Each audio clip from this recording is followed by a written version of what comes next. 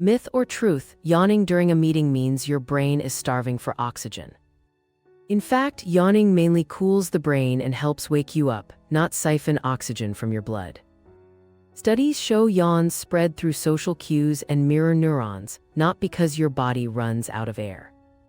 A simple at-home test confirms: stretch, sip water, and watch others yawn as you debunk fatigue myths with science. The takeaway: yawning reflects brain temperature dynamics rather than boredom or intelligence.